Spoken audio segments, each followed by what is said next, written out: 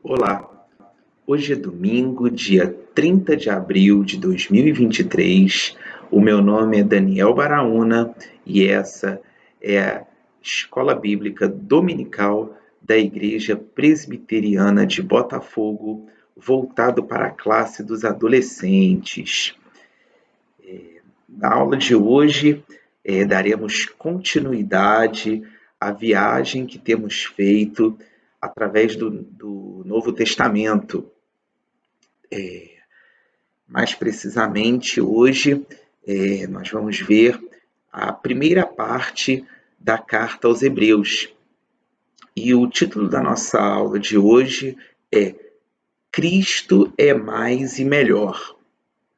Mas, antes de começarmos, vamos fazer uma oração, uma breve oração.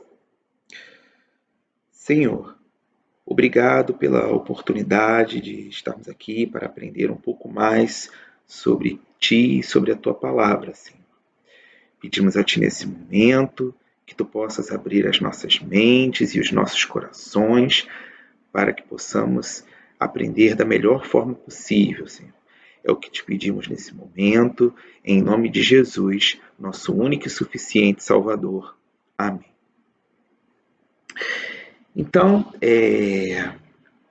hoje vamos começar a ver a primeira parte da carta aos Hebreus. E a primeira pergunta que nos vem é, afinal, quem escreveu a carta aos Hebreus, né? Antes de respondermos essa pergunta, eu gostaria de convidar você, obviamente, porque nós estamos numa escola bíblica, que abra a sua Bíblia na Epístola aos Hebreus, capítulo 1, e vamos ler os versículos de 1 até 4. Havendo Deus outrora falado muitas vezes e de muitas maneiras aos pais, pelos profetas, nestes últimos dias nos falou pelo Filho, a quem constituiu herdeiro de todas as coisas, pelo qual também fez o universo. Ele, que é o resplendor da glória e a expressão exata do seu ser, sustentando todas as coisas pela palavra do seu poder, depois de ter feito a purificação dos pecados, assentou-se à direita da majestade, nas alturas, tendo se tornado tão superior aos anjos, quanto herdou mais excelente nome que eles. Bom, quando estudamos as cartas paulinas, era geralmente logo nos primeiros versículos era possível identificar quem escreveu a carta, né? E era fácil identificar que foi Paulo. A Epístola aos Hebreus não possui essa resposta nos primeiros versículos. Na verdade, essa resposta não está em nenhuma parte da epístola. Então, não é possível determinar com certeza quem a escreveu, pois não existe nenhuma dica sobre o autor da carta. Mesmo os teólogos e os historiadores, mesmo entre eles, não existe uma unanimidade de quem poderia ter sido o autor dessa epístola. Pelo contrário, existe sim uma grande divergência. Na verdade, não é possível nem mesmo descartar totalmente que possa ter sido Paulo. Até porque, se observarmos a Epístola aos Hebreus, é a primeira carta que está na Bíblia após as cartas paulinas. A primeira que vem na sequência é a Epístola aos Hebreus. Então, mesmo assim, nós não podemos, então, nem assim nós podemos afirmar, então, quer dizer, não podemos descartar que tenha sido Paulo. Mas, para a nossa aula de hoje, não é esse o ponto, né? O nosso objetivo aqui é falar sobre a superioridade de Jesus, né? Ou seja, compreender a superioridade de Cristo de acordo com o que está exposto nessa epístola. Para entendermos melhor isso, precisamos entender o que foi, afinal, que motivou o autor a escrever essa carta, né? E isso sim nós conseguimos entender quando olhamos para o contexto da época. Naquela época, os cristãos eles sofriam muita perseguição. Então, os judeus que haviam se convertido ao cristianismo estavam querendo retornar ao judaísmo por causa dessa perseguição. É importante destacar, né, que os judeus eles eram conhecedores do Antigo Testamento, né? E por isso o autor ele escreve a carta aos Hebreus com o objetivo, com o motivo, né, de tentar convencê-los a não retornar ao judaísmo. E para isso ele apresenta muitas referências ao Antigo Testamento que apontam para Jesus. E aí são essas referências que nós vamos tentar entender um pouco melhor na aula de hoje. Ainda no capítulo 1, se referindo, né, ao capítulo 1, o autor ele afirma que Cristo é superior aos anjos. Vimos isso aqui no versículo 4, né? Vou ler novamente. Tendo se tornado tão superior aos anjos, quanto herdou mais excelente nome do que eles. Mas, para entendermos por que Cristo é superior aos anjos, primeiro precisamos ter em mente exatamente qual a função dos anjos de acordo com a Bíblia. Bom, a função dos anjos, de acordo com a Bíblia, é servir como mensageiros de Deus, né? A gente pode lembrar no Velho Testamento algumas passagens, alguns episódios bíblicos nos quais os anjos aparecem. Então, por exemplo, no sonho de Jacó, na morte dos primogênitos do Egito, na visão de Isaías, todos esses momentos da Bíblia são relatados a aparição de anjos. Mas esses acontecimentos eles não estão restritos ao Velho Testamento, também estão no Novo Testamento, como por exemplo no anúncio do nascimento de Jesus para Maria, ou então no anúncio da ressurreição de Cristo para as mulheres. Então vemos que existem na Bíblia diversos episódios nos quais anjos aparecem, mas sempre com essa missão de serem mensageiros de Deus.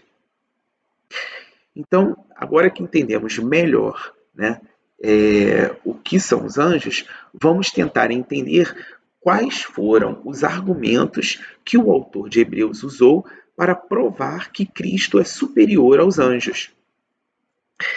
Para isso, vou convidar vocês a ler ainda no capítulo 1, os versículos 5 e 6, que são o seguinte, diz a palavra o seguinte: pois a qual dos anjos disse jamais, tu és meu filho, eu hoje te gerei?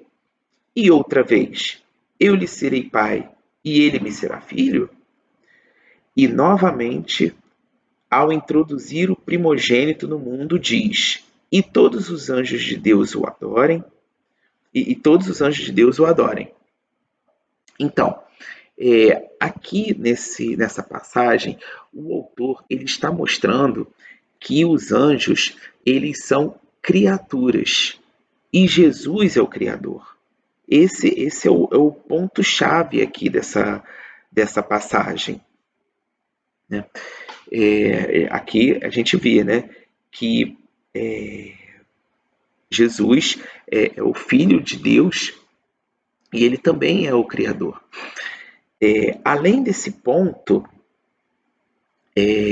o autor, ainda no capítulo 1, versículo agora 14, ele fala: não são todos eles espíritos ministradores enviados para serviço a favor dos que hão de herdar a salvação? Então, esse versículo 14, o autor está se referindo aos anjos, que ele chama que ele denomina, né, de espíritos ministradores enviados para serviço a favor dos que hão de herdar a salvação. Ou seja, anjos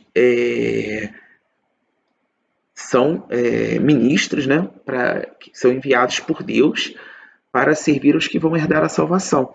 Mas Jesus, ele é o próprio Salvador, o que é bem diferente.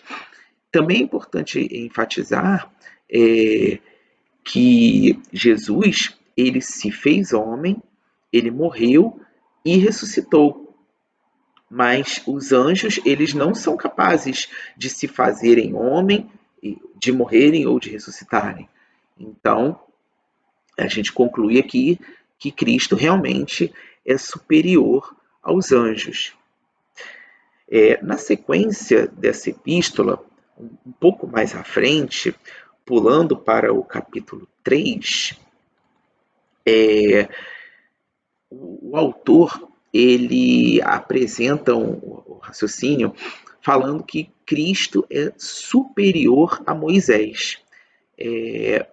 Primeiro, nós temos que ter em mente que Moisés era uma figura, né, na verdade, uma figura extremamente representativa para os judeus, uma vez que ele foi líder dos judeus, ele foi libertador dos judeus e ele foi legislador dos judeus. Ele foi tudo isso para os judeus. Então, ele é uma pessoa que tem uma representação muito forte para o povo judeu. Mas vamos ler aqui no capítulo 3, né, nos versículos de 1 a 6, vamos ver o que o autor fala sobre Moisés e sobre Jesus, né? Por isso, santos irmãos, que participais da vocação celestial, considerai atentamente o apóstolo e sumo sacerdote da nossa confissão, Jesus, o qual é fiel àquele que o constituiu, como também o era Moisés, em toda a casa de Deus. Jesus, todavia, tem sido considerado digno de tanto maior glória do que Moisés, quanto maior honra do que a casa tem aquele que a estabeleceu. Pois toda casa é estabelecida por alguém, mas aquele que estabeleceu todas as coisas é Deus.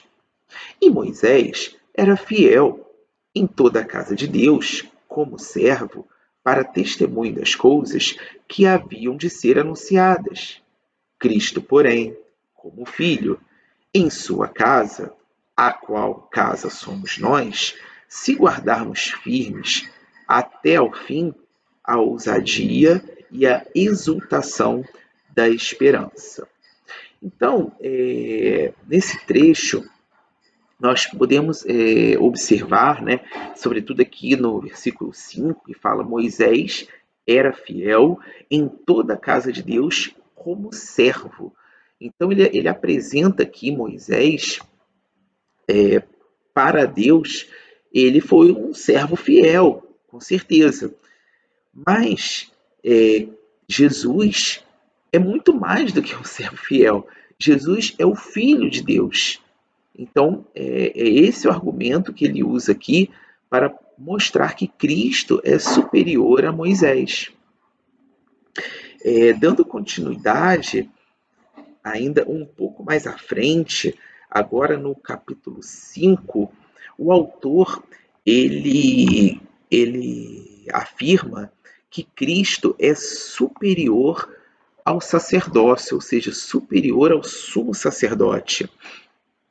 Mas para entendermos por que Cristo é superior ao sacerdócio, na visão do autor da Epístola aos Hebreus, precisamos primeiro entender o que o sumo sacerdote fazia e como ele era. Para entendermos isso, vamos ler primeiro o capítulo 5, no capítulo 5, os versículos de 1 a 3, que diz assim: Porque todo sumo sacerdote, sendo tomado dentre os homens, é constituído nas coisas concernentes a Deus, a favor dos homens, para oferecer tanto dons como sacrifício pelos pecados. E é capaz de condoer-se dos ignorantes e dos que erram, pois também ele mesmo está rodeado de fraquezas. E por esta razão deve oferecer sacrifícios pelos pecados, tanto do povo como de si mesmo. Então, o que nós podemos ver aqui, né? Que o sumo sacerdote, ele era o representante do povo diante de Deus, que oferecia os sacrifícios pelos pecados, mas como ele também era pecador, ele oferecia por si mesmo. Também é possível observar que o sumo sacerdote, ele compreendia os erros das pessoas, mas ele também estava sujeito a errar. Então, entendendo agora o que era e o que fazia o sumo sacerdote, qual então foi o argumento que o autor utilizou para provar que Cristo é superior ao sacerdócio? Esse argumento que ele usou está no capítulo 10, o primeiro argumento, na verdade, né? Está no capítulo 10, nos versículos de 1 a 4, né? Que diz assim: Ora, visto que a lei tem sombra dos bens vindouros, não a imagem real das coisas, nunca jamais pode tornar perfeito os ofertantes, com os mesmos sacrifícios que ano após ano perpetuamente eles oferecem. De outra sorte, não teriam cessado de ser oferecidos, porquanto os que prestam culto, tendo sido purificados uma vez por todas, não mais teriam consciência de pecados? Entretanto, nesses sacrifícios faz-se recordação de pecados todos os anos, porque é impossível que o sangue de touros e de bodes remova pecados. Ou seja, o sumo sacerdote, ele fazia sacrifícios anuais, né, para lembrar dos pecados. Mas o sangue dos animais que eram sacrificados jamais poderiam remover os pecados dos homens. Porém, Cristo, ele, além de ser o nosso representante, como o sumo sacerdote era o representante dos judeus, né? O próprio Cristo, ele também é a oferta perfeita, porque após a sua morte, o pecado foi aniquilado e não é mais preciso repetir os sacrifícios ano após ano, né? Isso também pode ser visto ainda um pouquinho antes, no capítulo 9, no versículo 26, que fala: Ora, nesse caso, seria necessário que ele tivesse sofrido muitas vezes desde a fundação do mundo. Agora, porém, ao se cumprirem os tempos, se manifestou uma vez por todas, para aniquilar, pelo sacrifício de si mesmo, o pecado. Ou seja, o autor aqui está se referindo a Jesus, que ele se manifestou uma vez por todas, para, através da sua morte, aniquilar o pecado. Então, finalmente, chegamos aqui ao final da nossa aula de hoje, e a conclusão que chegamos é que nós precisamos entender que Jesus, ele é superior a qualquer pessoa em qualquer tempo ou lugar. Ele não é apenas superior aos anjos, a Moisés ou ao sumo sacerdote. Ele é superior a qualquer pessoa. E o outro ponto que precisamos entender aqui é que vale a pena viver por Jesus e para Jesus, mesmo que signifique perseguição e sofrimento, que era o que os cristãos, os judeus que tinham se convertido ao cristianismo estavam querendo evitar, querendo fugir. E o autor da carta aos Hebreus, ele escreveu no intuito de tentar convencê-los do contrário. Então, antes de encerrarmos, vamos fazer uma breve oração. Senhor, obrigado pela oportunidade que tivemos de aprender um pouco mais sobre a tua palavra, Senhor, mais especificamente a epístola de Hebreus, no que diz respeito à superioridade do seu Filho que tu deste para morrer em nosso lugar na cruz. Obrigado, Senhor. É o que te pedimos nesse momento, em nome de Jesus, nosso único e suficiente Salvador. Amém.